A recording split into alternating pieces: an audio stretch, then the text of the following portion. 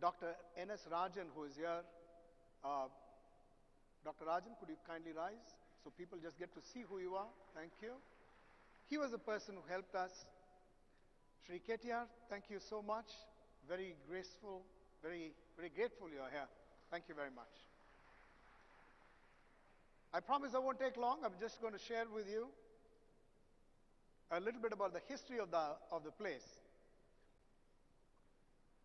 And of course, we did something called the Blue Book. The Blue Book gave us a lot of guidelines.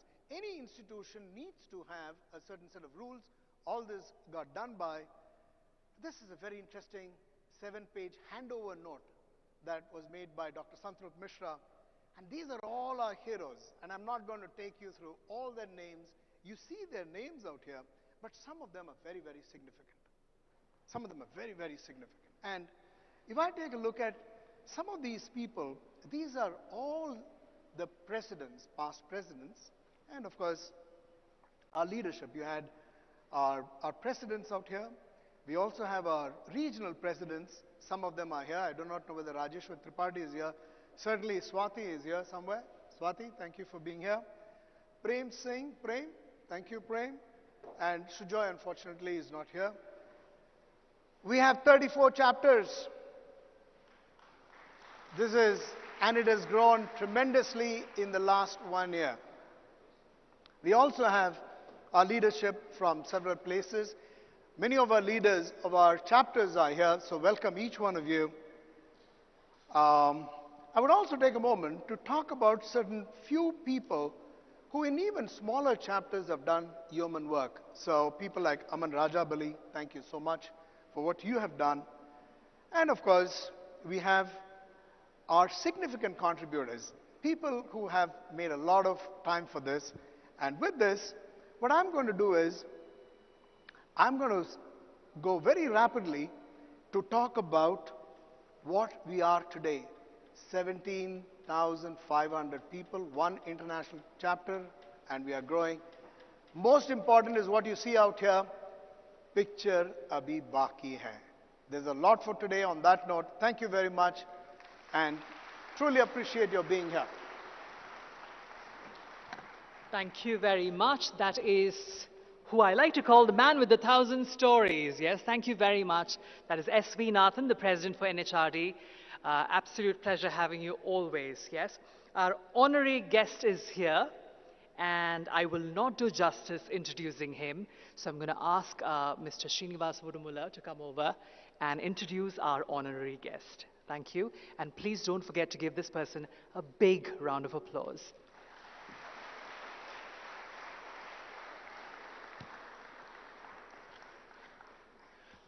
Thank you, Sophia. And once again, welcome to all of you out here and to Shri K.T. Ramarao Garu. Ladies and gentlemen, it's my privilege and honor to be here introducing Shri Kalvakuntla Taraka Ramarao Garu, popularly called KTR Garu, and for the people who know him very close, he's called Ram. That's what I heard. And I've been told that I should keep it brief. That's what he likes. So I'll try and quote a poem from a popular writer called Sri Sri. People who are from Andhra Pradesh or Telugu will know him very, very well.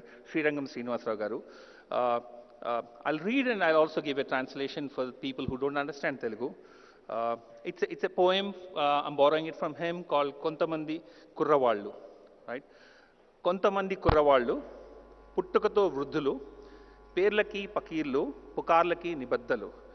Basically, it says that some people are born old in their mind, in their actions, and they are slaves to the name and the reputation. Right?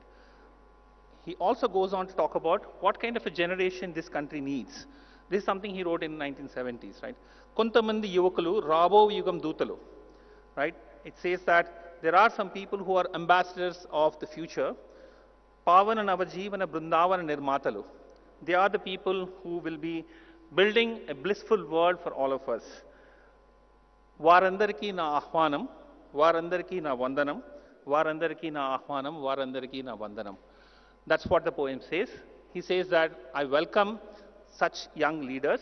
I also admire and bow to the young leaders. I think this aptly describes Mr. K.T. Ramarao Garu, and thank you for being here with us. In my mind, I'm obviously influenced by his work. So he is, by far, I think he's one of the most progressive ministers Telangana state has seen, and also a country like India has seen. And thank you for agreeing to be a chief guest for us. I also would like to invoke, while you can read a lot about what K.T. Ramarao Garu has done for the state, for the country, and other stuff, which all is available, I thought I will try and introduce him through knowledge of the people who know him pretty well. So I invoke one more reformist called Basavanna, or Basava. He's a 12th century reformist. A lot of people from Karnataka and southern Andhra Pradesh will know about him. He said, saying that Kaya Kave Kailasa, which is basically nothing but work is worship. For him, he believes that work is worship. So what I heard from a lot of people who know him pretty well is that for KTR Garu, the only God is work. And you inspire us, sir. He's very pragmatic, practical, very modern in thinking. All of you will see his speeches. Both young, both in age and spirit, a very focused man on work and getting things done. A true CEO at work and a man in a hurry. Also heard that KTR Garu is a true Hyderabadi.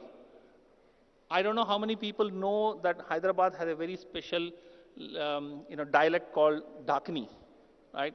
So KTR Garu is supposed to be very, very fluent in Dakni and of course in English and Telugu. So he's a true Hyderabadi for all of us and the right person to be inaugurating this session. KTR Garu is a youth icon and equally a big fan following across generations, a popular leader for all of us and steering this whole state, and we believe that Hyderabad is at the center of the 5 trillion economy which this country is admiring to get there, and we look at KTR Garu to power that 5 trillion dream for all of us. In one word, if I have to say, KTR Garu is a karma yogi. And thank you for being with us, sir. Thank you for gracing the conference. Please come and deliver the keynote address, please. Thank you.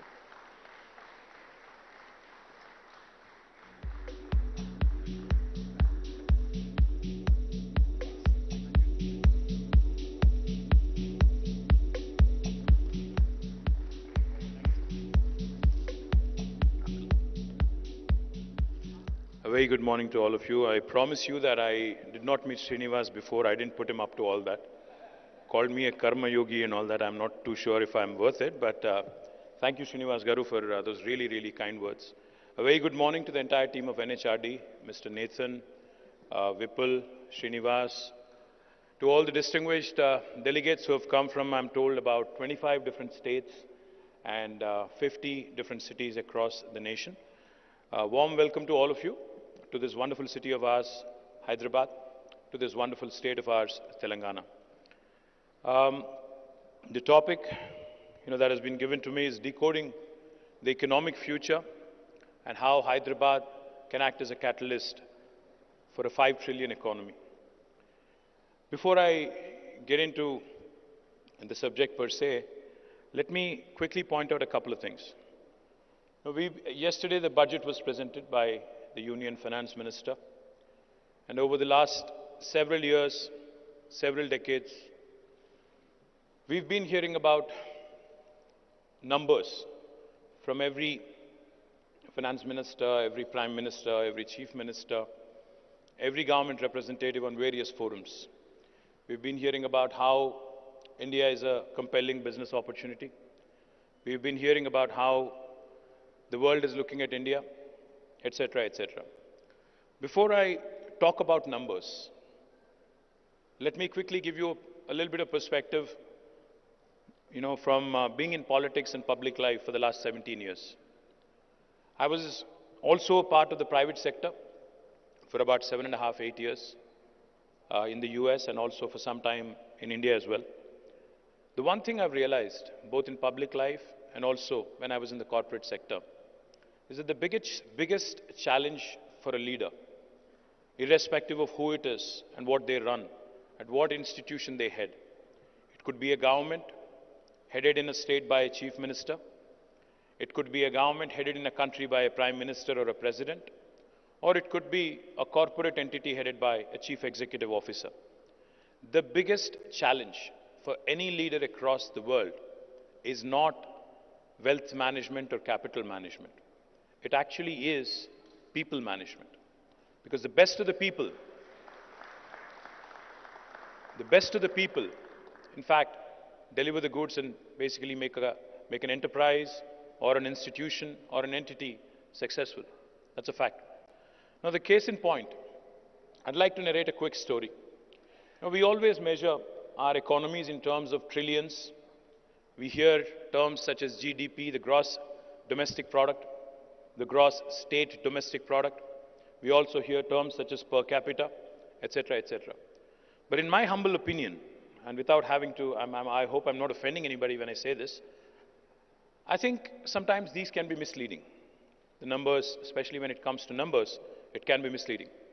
Because if you think about it for a minute, by virtue of our size as a nation, we are a 1.4 billion nation. We are, in fact, as of last week, if I am correct, we have recently surpassed China, and we are the most populous nation in the world today.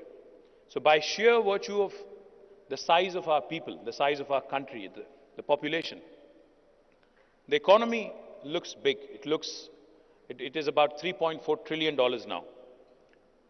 But if you look at the per capita, by GDP, by economy, we are the 5th largest in the world. But if you look at per capita, we are actually the 142nd country in the world by per capita. Our per capita is only 2,400 USD. So the real measure, if you ask me, how does one understand the trillions of dollars of economy that is being talked about? How does one balance GDP and wealth? Now, for those of you who are wondering, what is the difference between GDP and wealth? If you ask me, GDP is a reflection, gross state domestic product, the 5 trillion, the $10 trillion, etc., are a reflection of the economic activity of a nation.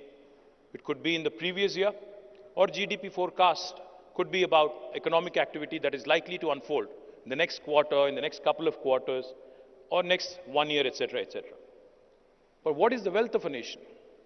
The wealth of a nation is actually a collection as a combination of its assets, both natural resources, its human resources, and how they are likely to influence the economic activity over a longer term, how the depreciation of these assets, these resources, the depletion of these resources, and how the utilization of these resources is intricately linked to ensuring long-term sustainable growth in line with the developmental aspirations of that particular nation.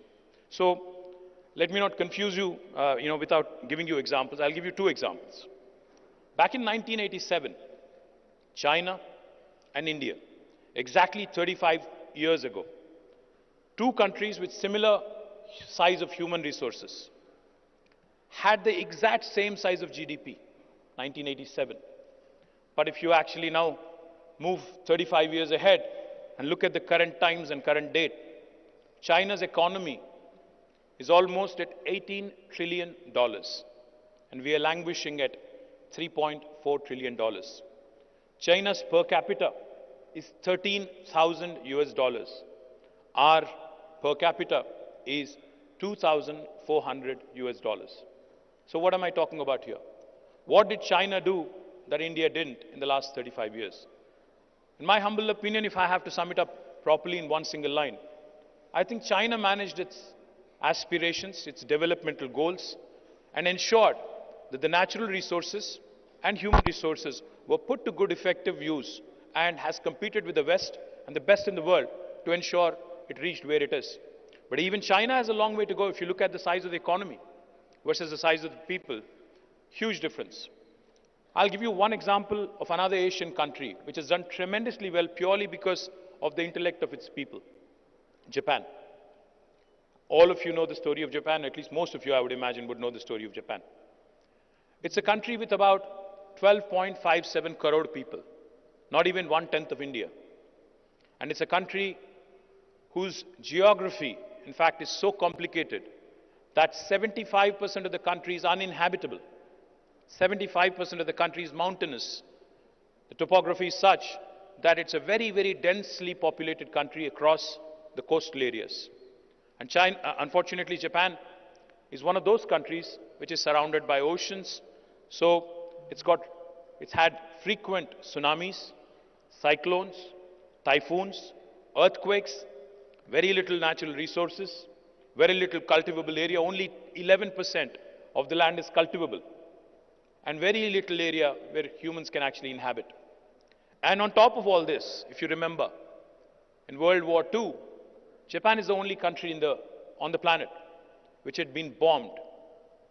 Hiroshima and Nagasaki, I'm sure all of you have heard. It's the only country which was ever under nuclear attack in 1940s. Now what happened then? Today Japan is the third largest economy in the world. In fact, until 2010, it was the second largest economy in the world. That's when China actually surpassed it. So what's happening in the world, if you think about it for a minute? India, with 140 crore people, with 40 crores of cultivable area, abundant natural resources, amazing talent, and most importantly, with a median age of 28, and with 65% of India being less than the age of 35, only has a 3.4 trillion economy.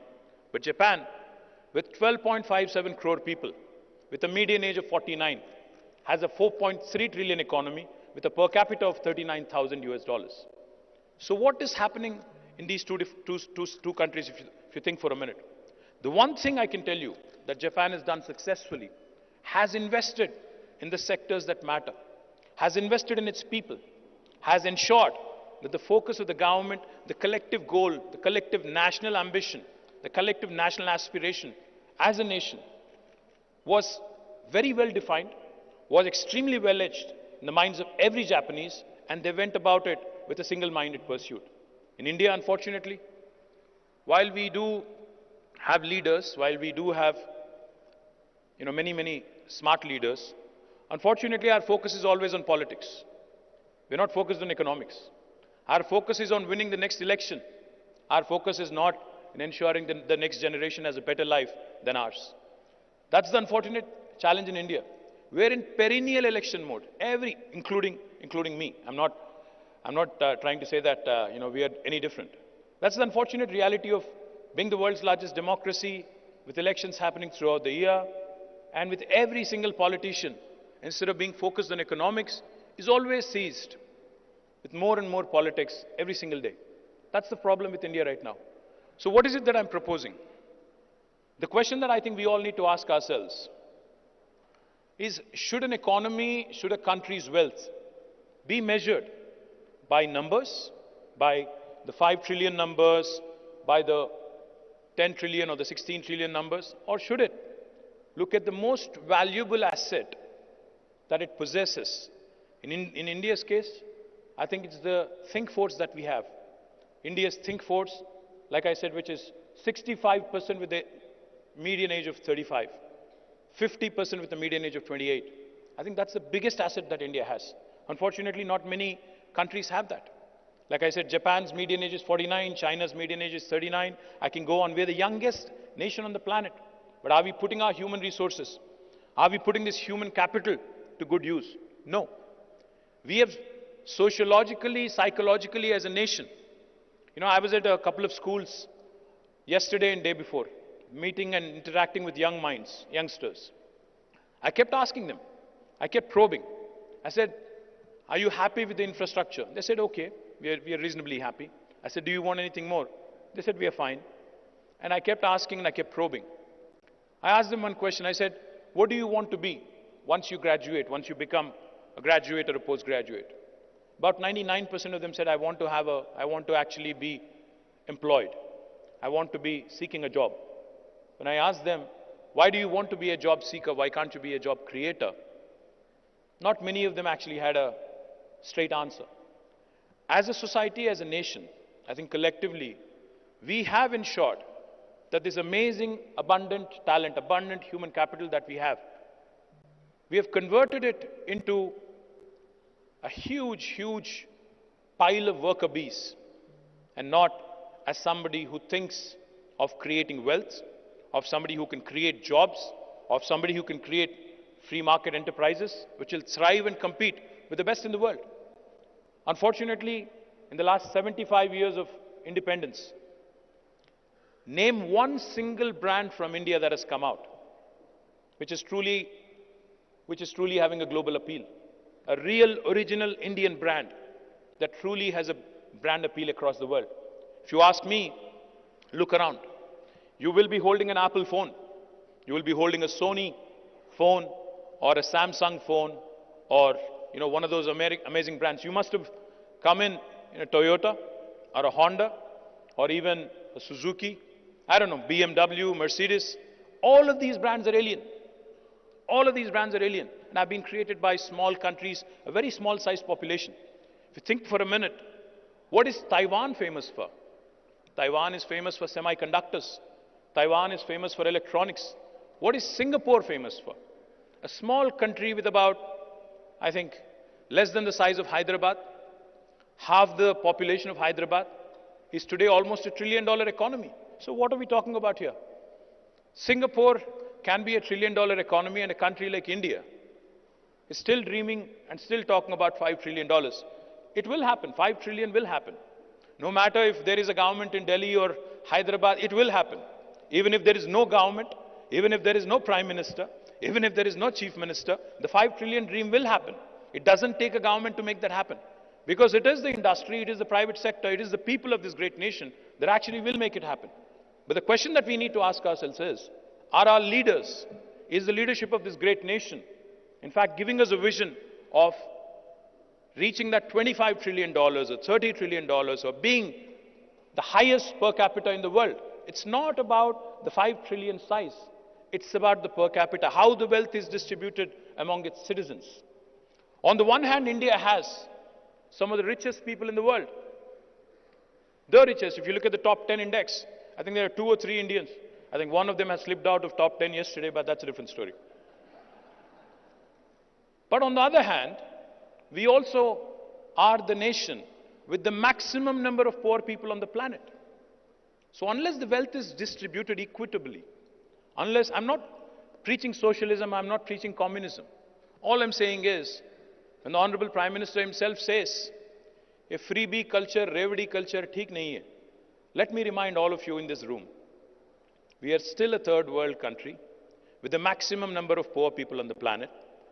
While 5 trillion, 10 trillion goals are laudable, ambitious, noteworthy, praiseworthy, the fact remains, unless a government in India, every government in India, takes care of its most vulnerable, there will come a day when civil strife will ensue. And all those who are sitting here in the comforts of this wonderful auditorium will not be able to have such meetings if there is civil strife.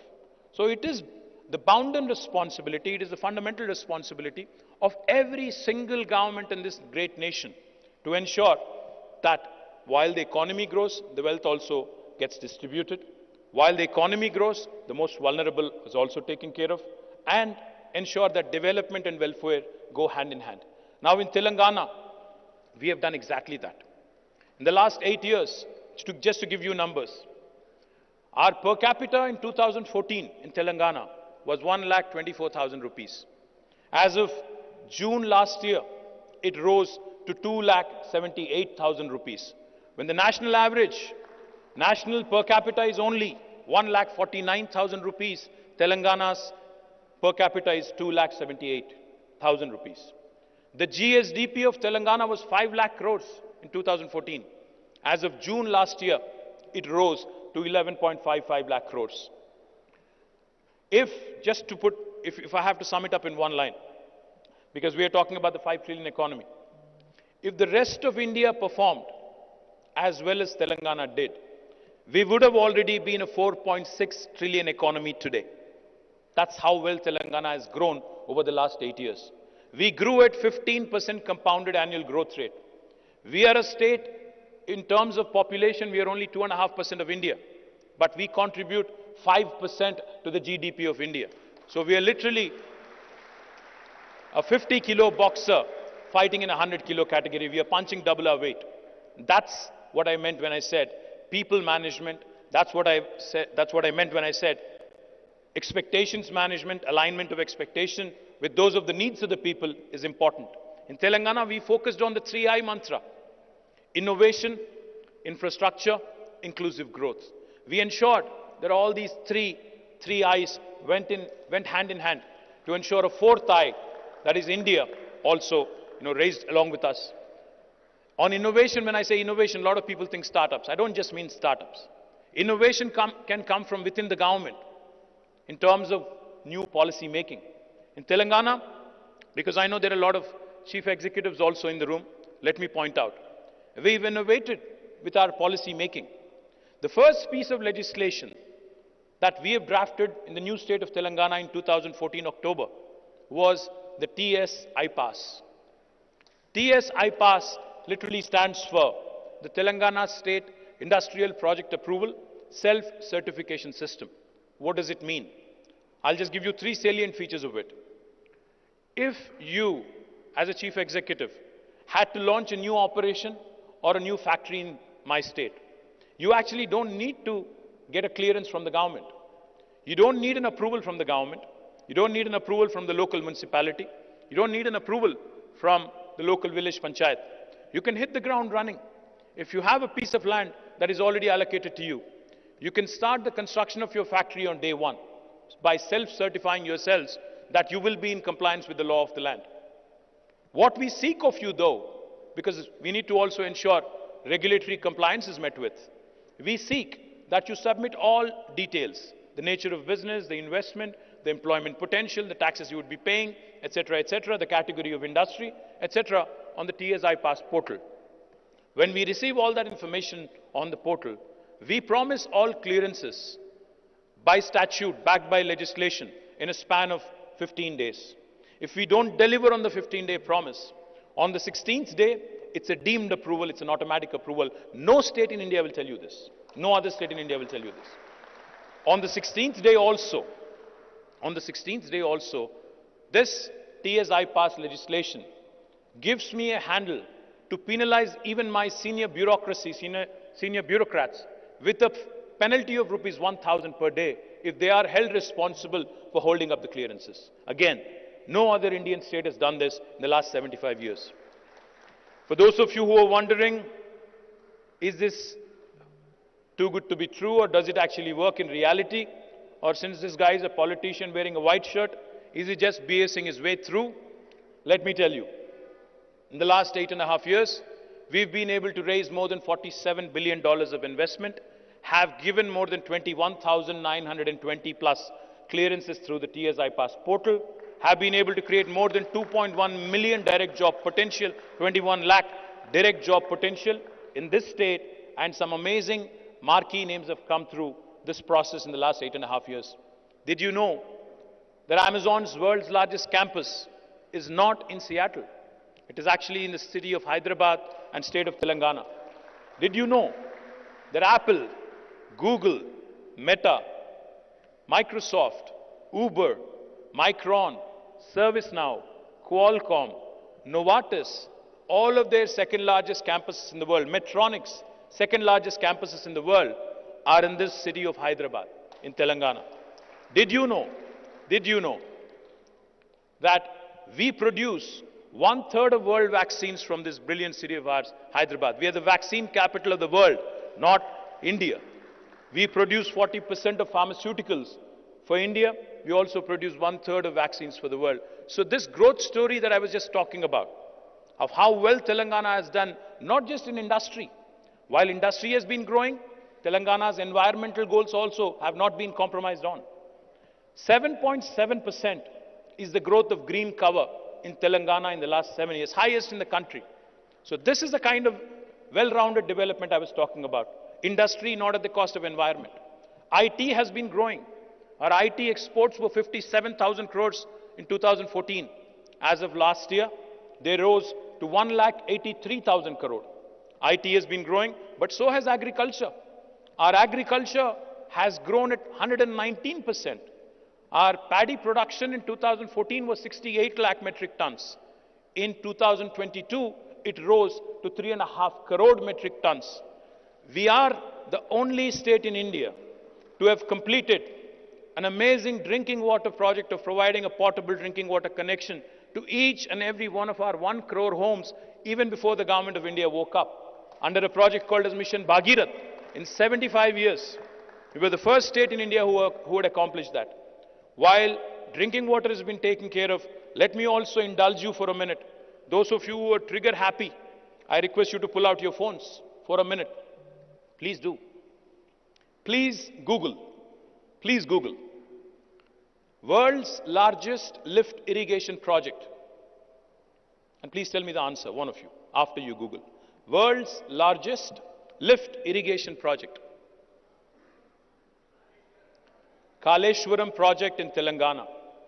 We literally lift a river from 80 meters above sea level all the way to 618 meters above sea level.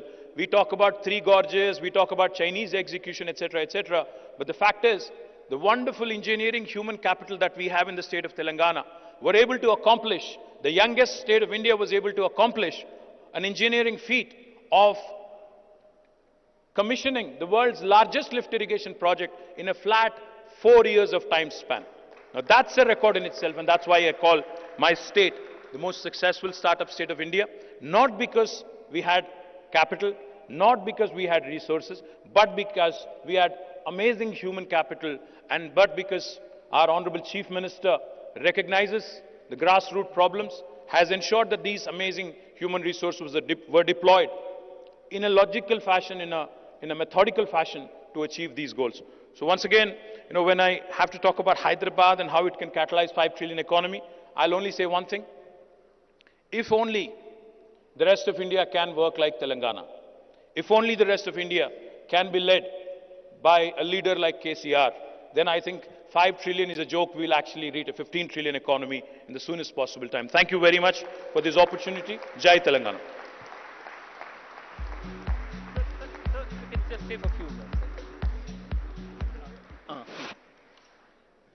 Thank you, sir. Really very, very inspiring. And Nathan actually started the whole talk with the best city in the country to live is Hyderabad. That's where he started from. And truly, the innovation, the infrastructure, and the inclusive growth, which you touched upon, is really, really amazing. Thank you for that. We have requested if any questions people have. Poonam, you have any questions received? If you can just let us know, that'll be helpful. We requested people to write down on a card and give it. So, Poonam.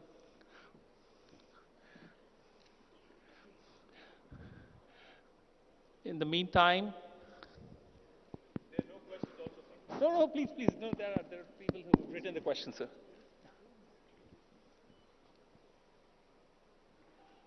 There are no questions. Poonam, you also, have? Fine. Srinivas? Yeah, please come.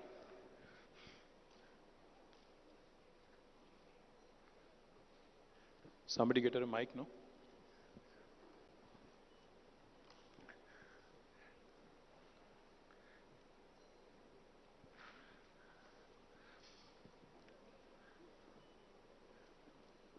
Obviously, you guys are not using digital technologies as much as you should.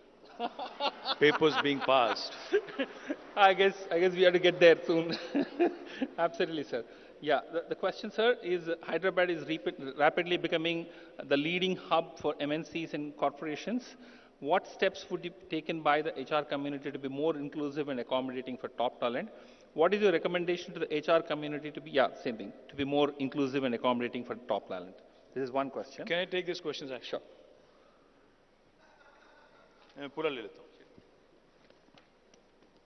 Okay, I don't have the names of the people who've asked these questions, but I'm going to try and.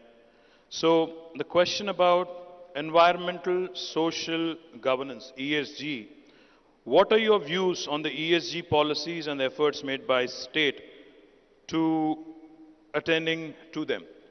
Great question. I think the whole world has seized of the whole ESG philosophy and how all of these have to go hand in hand. And like I was pointing out, industry cannot be at the cost of environment. And in Telangana, while we focused, of course, on rapid industrialization, wealth creation, job creation, we focused equally effectively on ensuring that sustainable goals are also not compromised upon. So therefore, you see that the third largest effort in human history Not India, not by any state, not by any minister, chief minister or prime minister.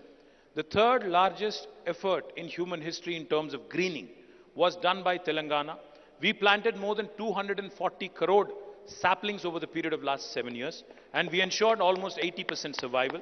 And the green cover of the state has risen from 24% to almost 31.7%. And our ambition is to be at 33, at least one third of the state being under that. Also, in terms of sustainable goals, we are, of course, I don't know, for those of you who are from outside of Hyderabad, let me tell you, Formula E is coming to India, and Hyderabad is hosting it on 11th of February.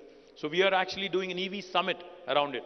We believe in sustainable mobility. We believe in all the goals of sustainability and circular economy as well. So we are absolutely in sync with the whole ESG philosophy, and we'll continue to work on it.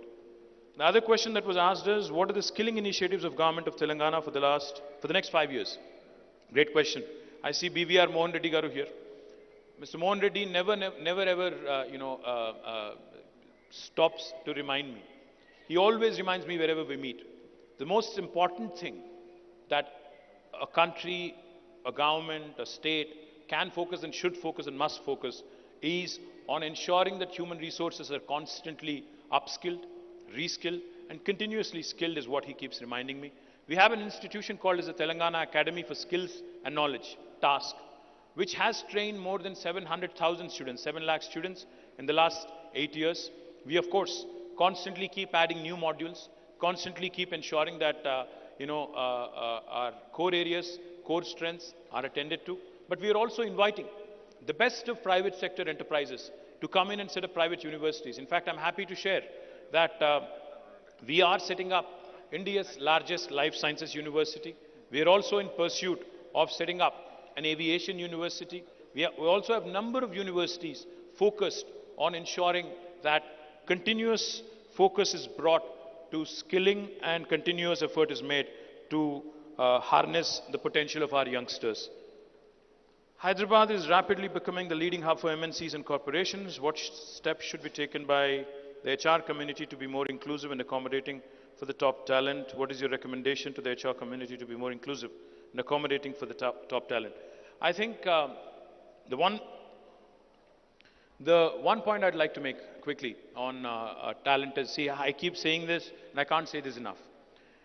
There are governments across the country in various states which have focused and have come out with some regressive policies to basically force the enterprises on local employment reservation. I call it regressive because of one simple reason. We have to think collectively as a country. See, an Indian who belongs to Kashmir or Kanyakumari should be able to have the latitude and the luxury to work anywhere in the country without any inhibition. He should not be stifled, he should not be inhibited. But at the same time, of course, we want locals to get more jobs. So what we have done, instead of taking that route where you are mandated to employ 75% or 80% locals, we have taken the other side. We said we'll take a progressive view, a positive outlook towards it.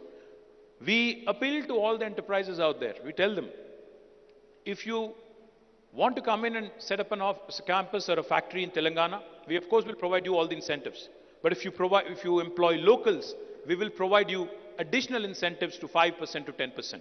So that kind of helps ensure that the locals get the much needed attention, the locals get the much needed employment opportunities. But having said that, it's a challenge because, like I said, Hyderabad has that magnetic appeal. It's where the north of India meets the south of India. It's where paratha meets dosa. It's where biology meets technology. It's where data sciences marries life sciences. It's where the mangoverse meets metaverse. I can go on. So this city like Hyderabad, city like Bombay, city like Bangalore, they will continue to attract the best of talent from across the country and also across the world. So we need to be able to provide opportunities to the best of them, the top tier, the middle tier, and also the bottom tier, to ensure that an inclusive approach is taken toward this. And talking about inclusivity, what is the support available for PWD employment? Of course, our government actually has a very specific policy, not just for employment, but also for entrepreneurship. Women, physically disabled and challenged, all of them actually are given a special quota in our industrial townships, in our employment opportunities. There are reservations and there are government orders to ensure that they are enforced. So once again, I thank, one last question. What are the initiatives taken by government towards making Telangana a healthcare hub, and especially for the nursing community, who are the backbone of healthcare? Absolutely. In fact, pandemic has shown us the mirror. Pandemic has shown not just my government, but across the country and across the world, every government, how woefully inadequate our medical infrastructure is. We saw Governor of New York, Andrew Cuomo, lamenting how he doesn't have enough ventilators. We saw every Prime Minister across the nation, every President across the nation, trying to reach out to the vaccine manufacturers, to the pharmaceutical companies, trying to get as much as they can. So, with respect to the nursing community and healthcare requirements, let me tell you, we are doing some really, really pioneering things. Of course, Hyderabad is an important healthcare hub, not just for Telangana. In fact, we are an important healthcare hub for about 6 different states abutting us.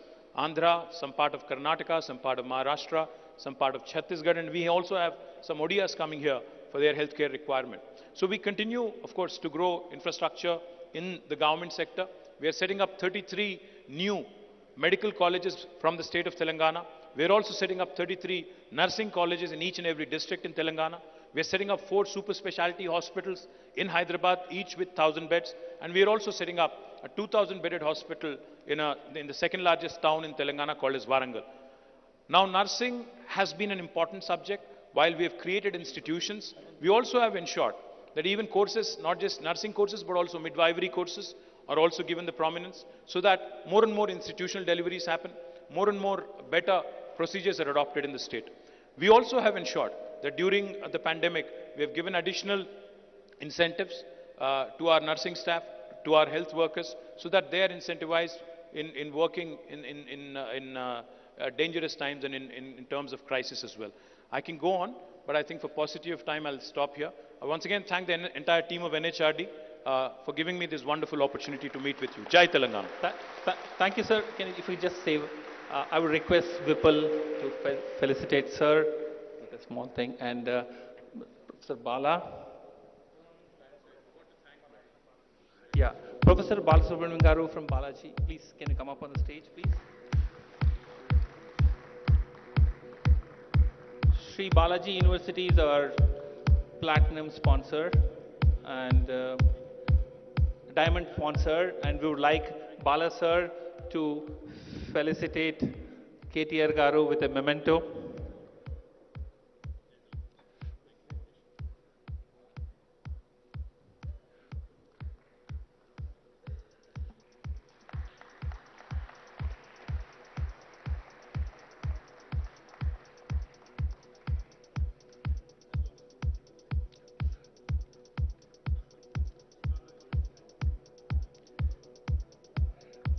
Thank you, sir, for taking time out from your busy schedule. Really appreciate.